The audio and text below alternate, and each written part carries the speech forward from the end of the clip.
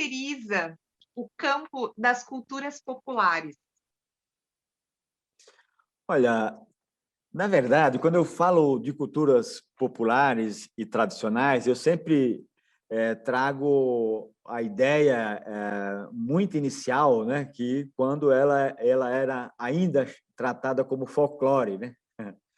E eu sempre eu digo, olha, as culturas populares evoluíram, porque antes a gente era tratado como folclore, né? E então essas palavras, como diria sempre, as palavras têm uma história e, em certa medida, as palavras fazem também a história, né? Isso pode ser verdade para todas as palavras, particularmente no termo cultura. As palavras aparecem para responder a certas interrogações, a certos problemas que põem determinados períodos históricos em contextos sociais e políticos específicos. Então, assim, afirmar e pôr é pôr o problema e, ao mesmo tempo, já, de certa maneira, resolvê-lo. Então, assim, essa sua questão, fico pensando assim, desde que surgiu no século XVIII, a ideia moderna de cultura tem suscitado constantemente os mais acesos debates, seja qual for o sentido preciso que se tenha dado ao termo que faltaram definições. Sempre existiram discordâncias sobre a sua aplicação, sobre aquela realidade social. É que o uso da noção de cultura leva à ordem simbólica, ao que se refere ao sentido, o que quer dizer, de certa maneira, aquilo cujo propósito e seu entendimento se torna mais difícil, o que não quer dizer, evidentemente, que não exista cultura. De todo modo, eu fico querendo dizer assim, cultura é cultura ou não é cultura? Segundo a Lina Bombardi, né? Não existe folclore, tudo é cultura, né? Então, é um pouco nesse sentido. Então, se acaso possamos achar enigmático e incompreensível, talvez seja, na verdade, possível lançar um olhar sobre o universo da cultura, né? Um olhar diferente de tal modo o termo foi sempre naturalmente entendido nos círculos oficiais e da elite, né? Resumido o círculo estreito das artes, né? E que se reservava antigamente para o universo da criação popular apenas o nome de folclore. Por isso que eu estou dizendo que nós evoluímos o termo cultura popular, né? Enquanto é muito comum a gente ouvir dizer no nosso meio, né? Enquanto nós fazemos arte e cultura, eles fazem folclore e artesanato, meros repetidores e copistas dos verdadeiros processos de criação, né? Que se encontram na alta cultura e na cultura erudita, né? Então, acho que, em rápidas palavras, em que pese a aparência e a diferença, nunca foi tanto relativo ao processo da criação e à qualidade estética ou artística, né? A diferença nunca foi tanto relativa quanto à origem social dos criadores, né? Pois não é verdade que a criação do povo para ter direito de cidadania, né, em um museu ou em um outro espaço qualquer precisa ser um adjetivo que qualifique ou antes desqualifique como arte popular. A cultura popular possivelmente seja essa arte, como muitos outros dizem, que é a cultura do povo, feita pelo povo, etc., né? E há muitos termos a se definir nesse conjunto. Então, este é um assunto que, na minha opinião, carecedor de um bom debate, né? Quiçá de um alargado debate, né? Um debate reflexivo sobre o termo de cultura e a invenção do termo folclore, né? Hoje em dia já evoluído na condição de cultura popular, como disse inicialmente. No teu ponto de vista, como tu analisa as políticas culturais no campo das culturas populares? Olha, acho que esse primeiro ensaio nosso aqui de conversa, ela já institui um pouco desta evolução. As políticas públicas para as culturas populares e tradicionais, como elas efetivamente tiveram, por exemplo, ressonância ou tiveram destaque no governo democrático popular do PT, o governo Lula, né? Isso, quando assumido em 2003, logo em seguida a gente faz aquele primeiro seminário nacional para as culturas populares e tradicionais, né? E ali, para mim, foi o grande ensaio de se ter uma política de cultura para as culturas populares e tradicionais, né? Porque ali, naquele momento, onde se ensaia a se criar, notadamente, a Secretaria da Identidade e da Diversidade Cultural, que era uma instância governamental responsável para essa instituição das políticas voltadas para este campo das culturas populares. E daí começou-se efetivamente a se desenvolver o setorial de políticas culturais, o Plano Nacional de Política para as Culturas Populares, né? E esse setorial foi super importante porque ele se compôs das diversas expressões, das culturas populares tradicionais do Brasil como um todo, né? De norte a sul, leste a oeste, né? Eu poderia até dizer desde do fandango caiçara, né? Ao fandango crioulo, né? Ao fandango de chilena, mas também desde o carimbó ao boi bumbá ou ao boi de mamão em Santa Catarina, boi bumbá no Maranhão, né? O bumba meu boi no Pernambuco, né? Mas também dos congados e das catiras, né? Do fandango caiçara, né?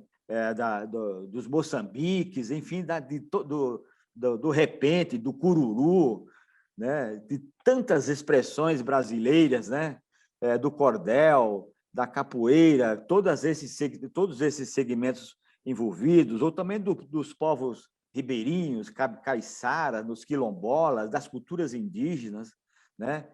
Do tecelão mais simples. Então, essas pessoas todas foram muito envolvidas neste setorial e aí apontaram para uma participação social super importante nesse sentido, e eu quero fazer essa ressalva, né? Essa ressalva não, frisar essa importância, essa relevância que tiveram, naquela ocasião, essas discussões em torno das culturas populares e tradicionais.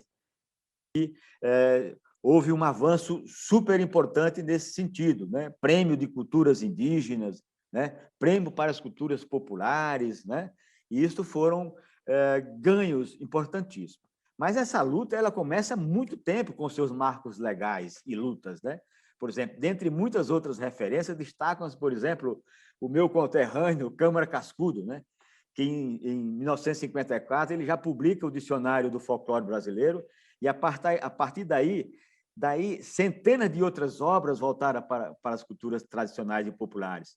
O Edson Carneiro, um etnólogo, folclorista, historiador, especializado em culturas afro-brasileiras, destaca-se pela sua atuação na criação da campanha de defesa do folclore brasileiro, que já apontava para essa questão das culturas populares, né? Quando eu digo que a gente evoluiu nesse sentido.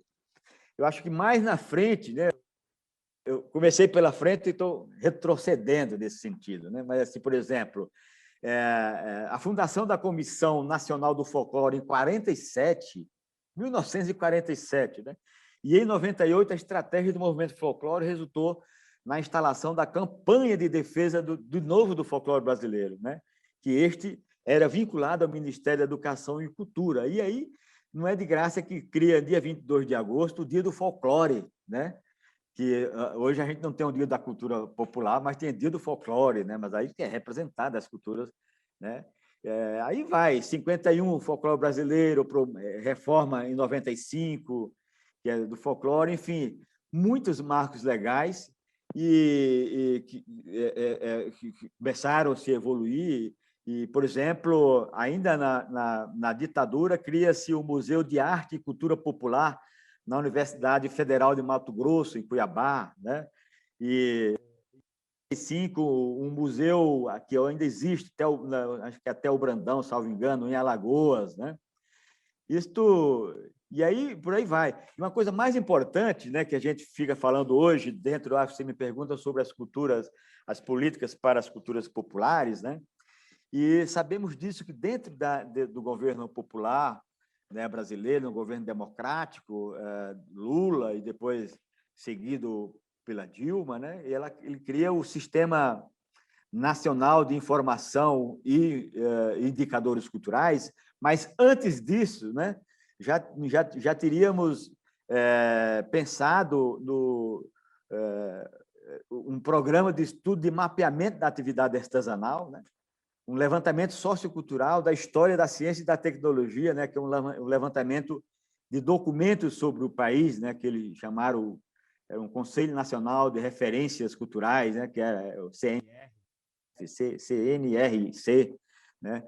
Enfim, são tantos marcos legais até chegar na Constituição, né, em 88, que é o primeiro marco legal brasileiro a utilizar a expressão culturas populares em seu artigo 215, parágrafo 1º, salvo engano, né?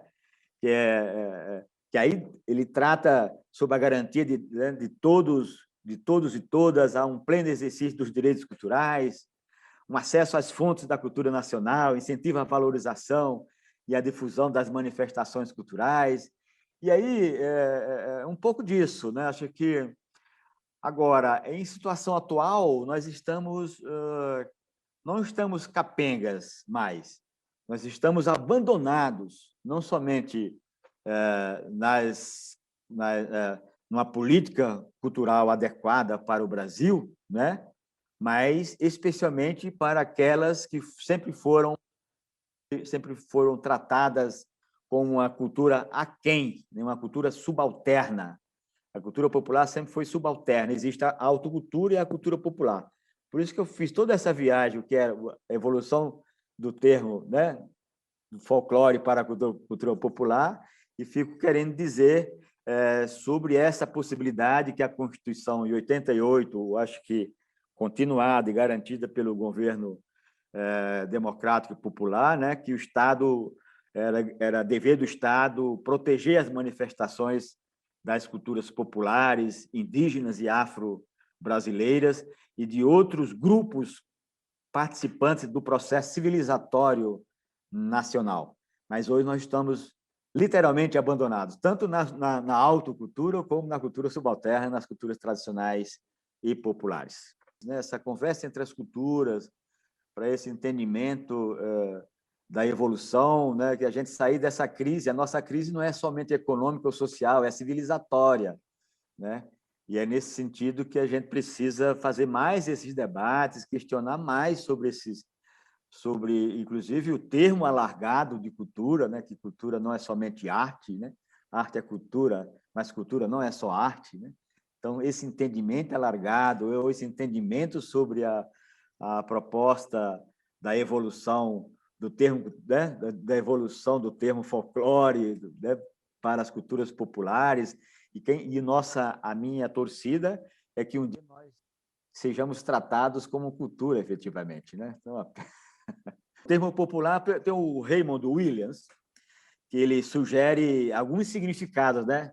E essa é muito interessante, ainda voltando nisso, né? Que ele diz que um termo bastante apreciado, né? Que é um termo bastante apreciado por pessoas, né? Que é tipo inferiores de obras, trabalho que deliberadamente visa ser bem acolhido por muitas pessoas, cultura feita de fato pelas pessoas para si mesmas. Por isso é a definição de popular, entende? Tem tantas pessoas que se definem, né, que ajudaram a definir esse termo de cultura popular. Eu comecei com uma Câmara Cascudo, mas o Edson Carneiro, agora eu estou com o inglês Raymond Williams, né? Mas tiveram tantos outros, e agora a Luísa Gonçalves e o Tião Soares querendo definir o termo cultura popular. Para ti, quais os desafios para o campo da cultura popular para pensar uma economia da cultura? Acho que os desafios eles são muitos, diversos e variados, né?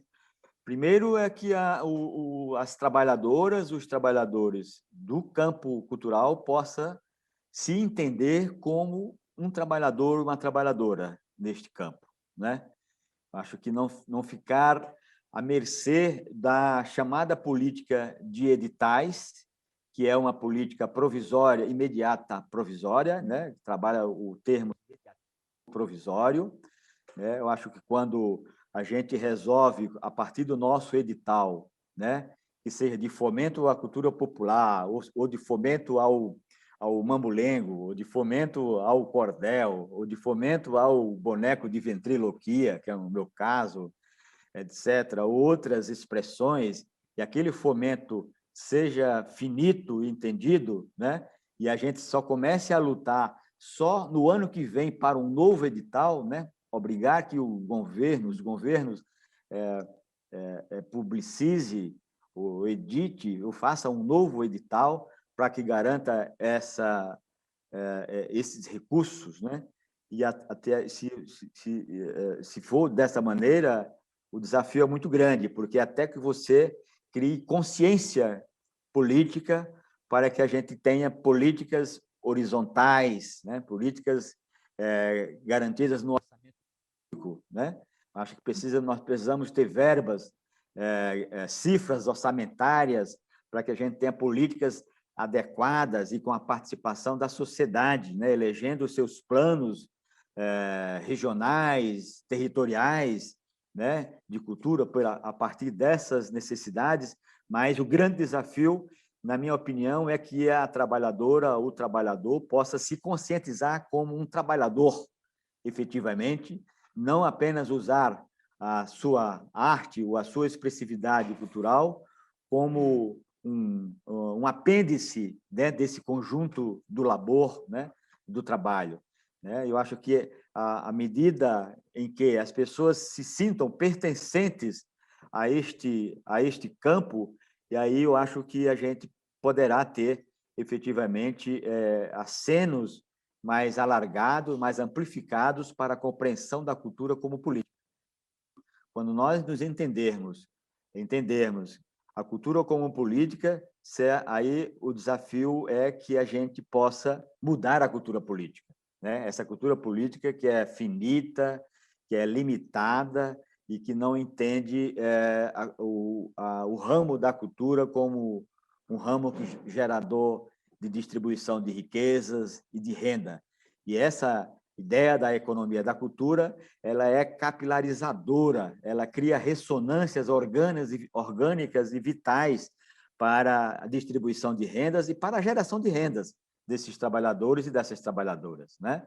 Acho que toda uma cadeia produtiva que se acena nesse sentido é um grande desafio, mas o grande maior desafio é para a criação dessas consciências políticas e críticas pelo próprio fazedor, pela própria fazedora de cultura.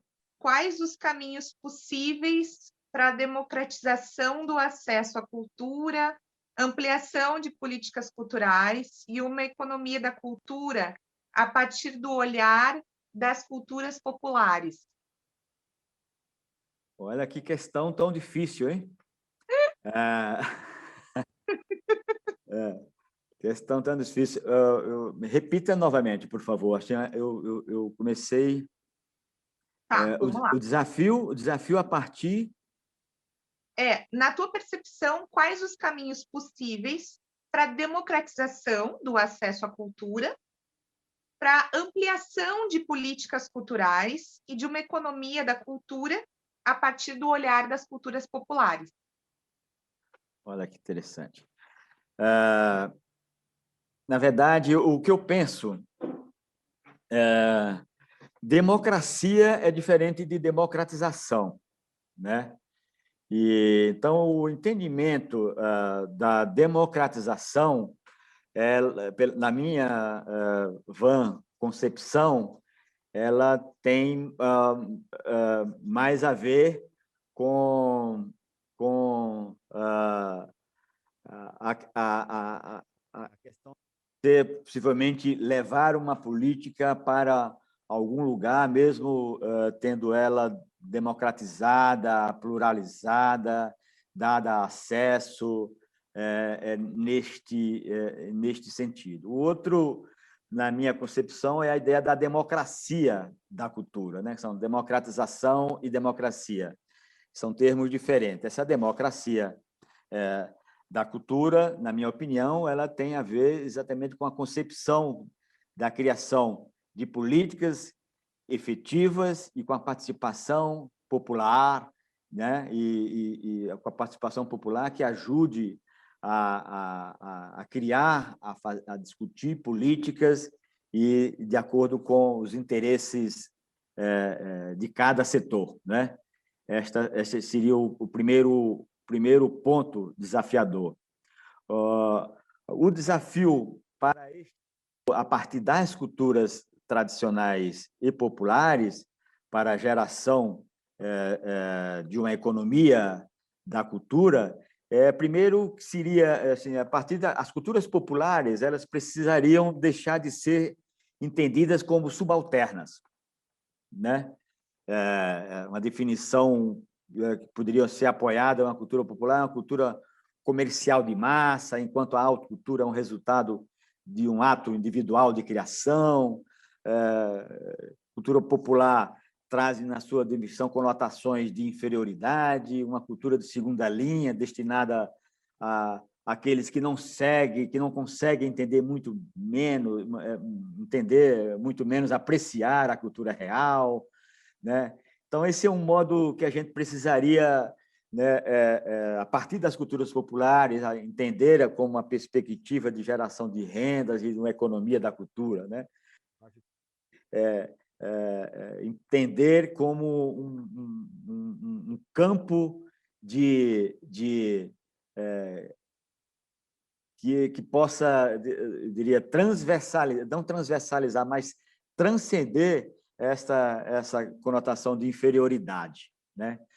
E eu acho que é um desafio. E entender que essa grande parte dessa definição anterior, que se refere à cultura popular como uma cultura de massa, ela quer estabelecer como primeiro ponto que a cultura popular é uma cultura irremediavelmente comercial, produzida em massa, para o consumo em massa, etc. Então, a cultura poderia ser uma criação espontânea desse povo, mas, nesse sentido, com a geração de renda, né? Eu acho que, sem se reduzir apenas uma curiosidade turística nesse sentido, né? Acho que a cultura popular deixar de ser entendida como uma solução romântica, né? Que é isolar o criativo e o artesanal e a beleza e a sabedoria do povo, né? Imaginar de modo sentimental das comunidades puras, né? Sem contato com o desenvolvimento capitalista, né? Como se as culturas populares não fossem o resultado da absorção das ideologias, digamos assim, das ideologias dominantes e das contradições entre as próprias classes oprimidas. E aí, como eu acho que ainda trazendo a ideia anterior desses desafios de termos uma política de cultura, nos entendermos, né, como sujeitos da história, né? Eu acho que a partir da cultura popular nós nos entendermos como sujeito da história e assim eu diria forjar um debate mais aprofundado, reflexão mais aprofundada sobre as culturas populares, para que geremos, então, políticas adequadas e garantidas pela nossa própria Constituição, daquele artigo que citei inicialmente, artigo 215, parágrafo 1º, que garante essa expressão das culturas populares como uma cultura de expressividade que faz parte da cultura nacional. Eu acho que a partir dessa valorização, que não seja uma cultura dos coitadinhos, da inferioridade, etc., é que a gente possa gerar uma distribuição de renda, mas também geração de rendas a partir dos nossos fazeres e dos nossos saberes das culturas tradicionais e populares. Eu acho que também, a partir disso das culturas populares, mas também há um grande desafio, que o Estado brasileiro possa investir, né,